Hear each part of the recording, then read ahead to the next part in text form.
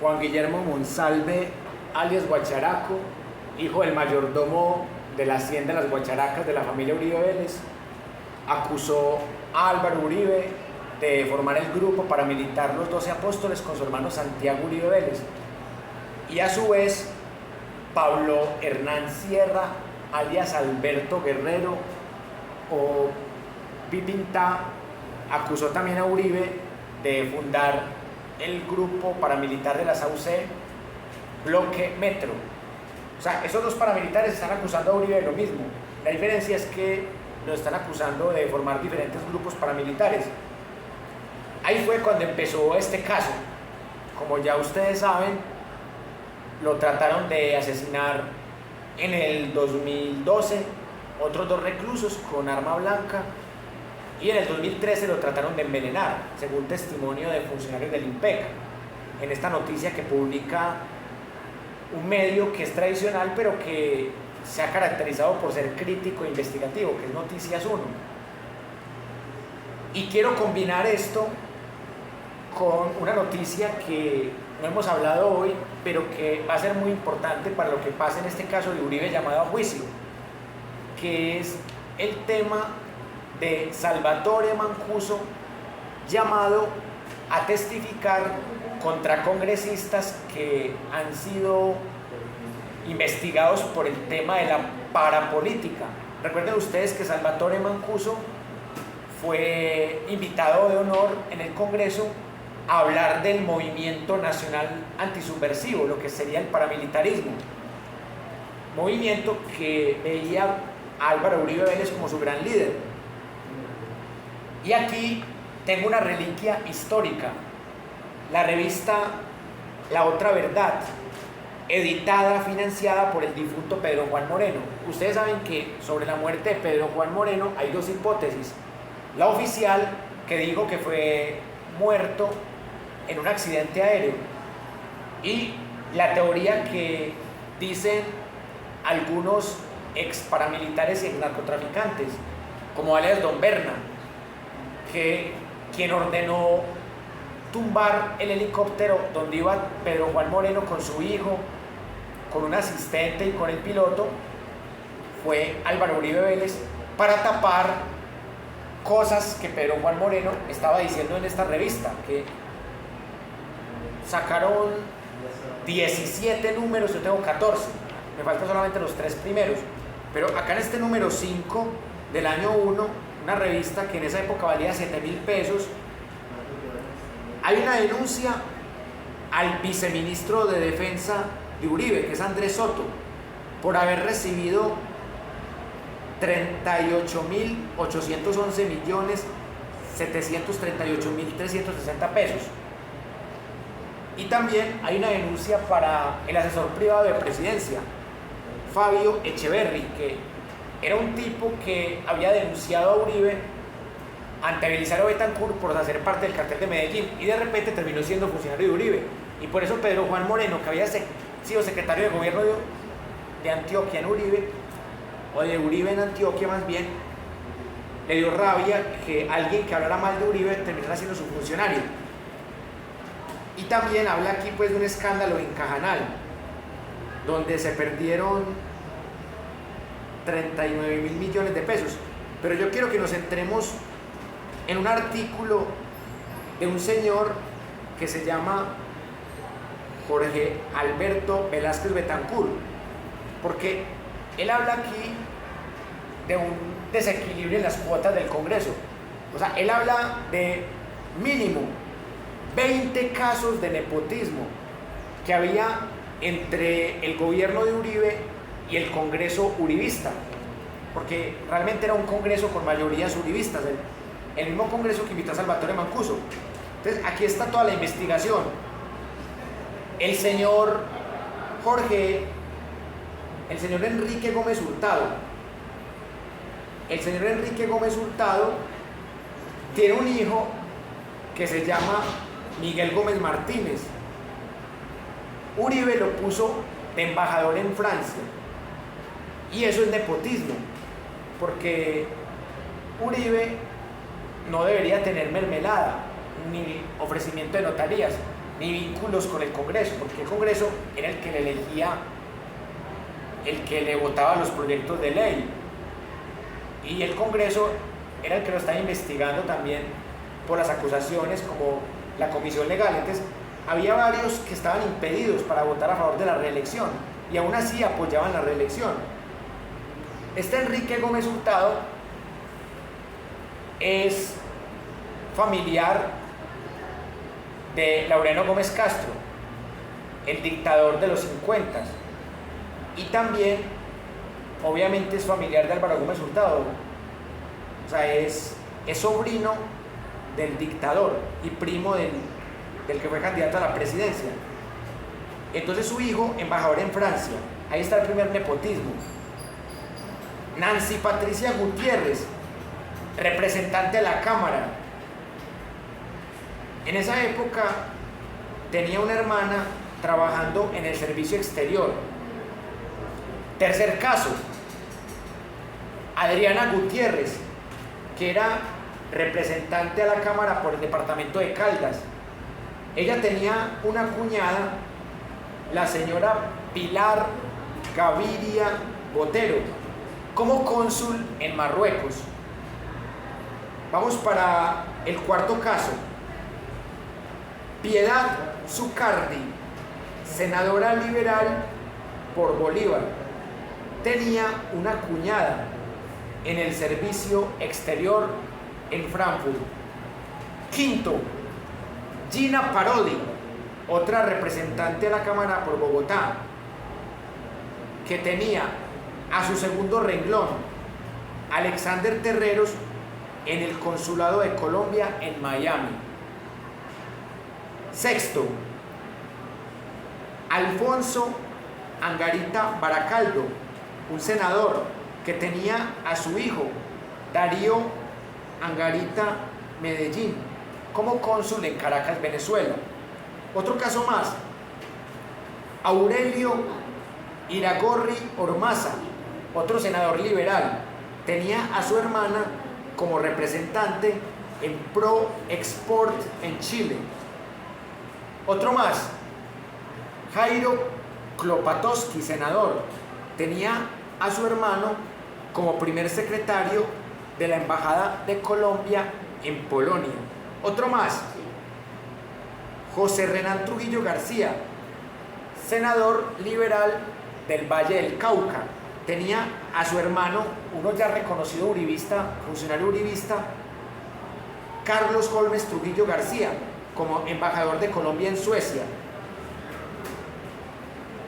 Otro, el dueño del periódico El Colombiano, porque ahorita ustedes me preguntaban por el periódico El Colombiano, qué tan uribista es. Y efectivamente, el periódico colombiano es católico, conservador, uribista y antipetro. ¿Por qué? Porque el gran dueño, el gran accionista del diario El Colombiano es Juan Gómez Martínez, que era senador conservador por Antioquia, que siempre ha apoyado a Uribe y que tenía en su momento a su sobrino, Juan Ramón Villa Gómez, como cónsul en Boston, Estados Unidos. Otro caso más, Manuel Díaz, quien tenía a su padre, Ventura Díaz, que era gobernador del Atlántico, como cónsul en Aruba, y a su hermano como cónsul en Guatemala. O sea que Manuel Díaz tenía doble nepotismo. Este es muy conocido aquí en Antioquia y ya fue condenado por parapolítica y tuvo hijo que fue candidato a la alcaldía de Medellín y que perdió con Daniel Quintero, el señor Luis Alfredo Ramos Botero, que era senador en ese momento, y su hijo estaba en el consulado de Beijing, y su amigo Álvaro Vázquez Osorio era un agregado de la embajada en la República Argentina. Otro más, que en este momento ataca las reformas de Petro, que es conservador, que es uribista, más uribista que Uribe, Oscar Darío Pérez Pineda, representante de la Cámara. Él tenía a su hija, Ana María Pérez Ruiz, como secretaria bilingüe en el Consulado de Colombia en Los Ángeles, Estados Unidos. Otro más, ojo con este, José Name Terán, que era congresista en ese momento y que en este instante pues es familiar de Iván Name. el presidente que le está haciendo la vida imposible a Petro, Iván Name, familiar de José Name, y que a su vez también tiene un hijo que es congresista, y él es tío de Iván Name, y su hijo obviamente es primo del otro Iván Name. Su hijo estaba en el consulado de Nueva York. Roberto Arango Delgado, cónsul en Londres, primo de José Roberto Arango Pava. Este ya lo habíamos mencionado. Fabio Echeverry, el que se criticaba en el otro artículo, el que era denunciante a Uribe por un tema de celos por los regeneradores de caballos, por el tema de la época de Darío Chica. Este señor tiene un hijo llamado Luis Guillermo Echeverry, que era representante de Colombia en el Banco Interamericano para el Desarrollo, y la sobrina de este señor, Catalina Chaus Echeverry, era cónsul en Toronto, Canadá. Y otro más, el ex senador para ese momento del 2006, Miguel Pinedo Vidal, que tenía a su hijo, Miguel Alfredo Pinedo Campo, como cónsul en San Francisco, Estados Unidos. Entonces, así fue como Uribe se pudo reelegir, porque tenía congresistas con más de 20 nepotismos. Aparte de todo, sobornaron a dos parlamentarios como Gidis Medina y como Teodolinda Avendaño, el conocido escándalo de la Gidis política, que lo pueden buscar en internet. Y tercero, el escándalo del doctor Ternura, el prófugo de la justicia Luis Carlos Restrepo, que siendo comisionado de paz le prometió a paramilitares como Salvatore Mancuso que no los iba a extraditar, que sí ayudaban a reelegir a Uribe, y apenas ayudaron a reelegir a Uribe, al poco tiempo lo extraditaron. Entonces, para que Uribe fuera presidente por segunda vez en 2006, tuvieron que darse 3 fraudes. Aparte pues de la compra de votos y de la manipulación de paramilitares, tuvieron que darse 3 fraudes. Primero, estos 20 nepotismos que denunció aquí la revista de Pedro Juan Moreno. Segundo, los 2 sobornos por el que pagaron cárcel Sabas Pretel de la Vega, que era el ministro del Interior de Uribe, Diego Palacio, que era el ministro de Protección Social y Salud, y el señor Velázquez Echeverry, que era un secretario del Departamento de la Presidencia. Y Teodolinda Avendaño y Gidis Medina, que fueron los sobornados, también pagaron cárcel. Pero el beneficiario de sobornadores y de sobornados está impune, Álvaro Uribe Vélez. Entonces, aquí está usted la razón por la que mataron a Pedro Juan Moreno. Y por qué don Berna dice que Uribe fue el que mandó a matar a Pedro Juan Moreno, que no fue un accidente aéreo. Y por eso es tan importante que Macaco, don Berna, Salvatore Mancuso estén testificando ante la JEP. Esta revista de La Otra Verdad es bastante interesante porque me cuenta una fuente que tengo por ahí que no solamente mandaron a matar a Pedro Juan Moreno y a las 3 personas que lo acompañaban en ese helicóptero, fue una masacre, sino que la mayoría de estas revistas el gobierno de Uribe las mandó a comprar y las quemaron. Así como quemaron algunos ejemplares físicos del libro El Señor de las Sombras, escrito por Joseph Contreras y Fernando Garavito. Un libro que habla del pasado narcotraficante y paramilitar de Uribe, El Señor de las Sombras. Lo mandaron a comprar y lo quemaron. Por eso era que ese libro entre 2002 y 2010 no se conseguía físico, porque lo agotaron para quemarlo. Entonces, esto demuestra que tuvimos una dictadura total.